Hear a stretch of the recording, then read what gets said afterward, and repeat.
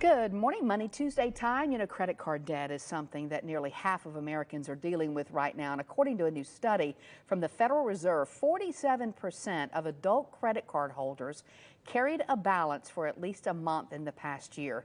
Research from the TransUnion shows that the average household credit card debt for the first quarter of 24 is about $6,000. So how can we chip away at that? Cory Reamer from the Welch Group joins us this morning to talk about some ways to do that. Good morning. Hey, good morning. How are you? You know, I think one of the things as a young person that we should be taught is not to carry over credit card debt. Would you agree with that? Oh, absolutely. And they've done a lot with a lot of acts to make sure that consumers are protected from building up credit card debt. They're really doing a number of different things that are helping people not get large balances when they really don't understand how credit cards work. So it's a major thing to make sure that you're paying attention to, is not letting those balances get out of control where you can never pay them off. And sometimes people do it because you find yourself in a situation, an emergency.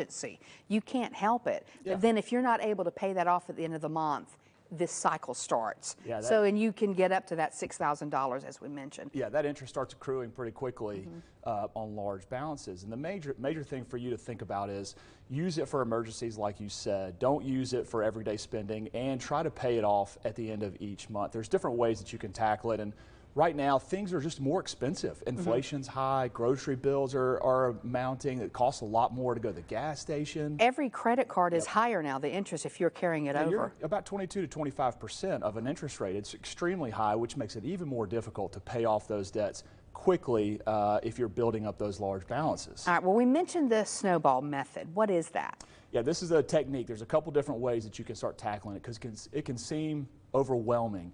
So one way is to do it with a snowball technique. You start by listing all your balances.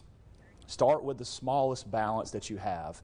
Pay the minimum balances, minimum required payments on all the larger balances, but put a little extra on that smallest balance so you can get it paid off quickly.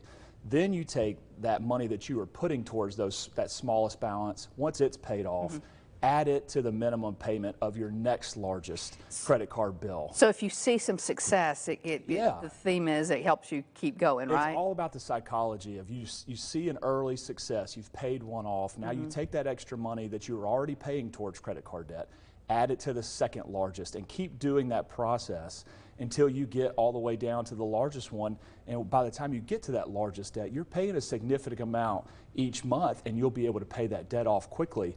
And those little successes are going to pay off over time.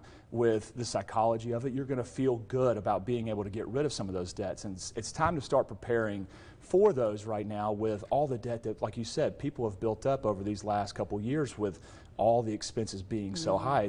It's understandable to use credit cards when you have emergencies or when you have needs. Now it's time to start getting a game plan to start paying those off, so that you can see that erode where you're not continuing to build those balances. In the few seconds we have left, what do you think of when you get those offers in the mail, and it may be a bank you already deal with already, and they say you can transfer a balance, a high balance, to a year of no interest? Do you say do that or no? Yeah, there's some analysis that you can definitely do to look at it to see if it's worth. A lot of those transfer balances offer you a 0% APR rate for a 6-month to 12-month period, but they're also going to charge you a transfer fee of usually 4 to 5%.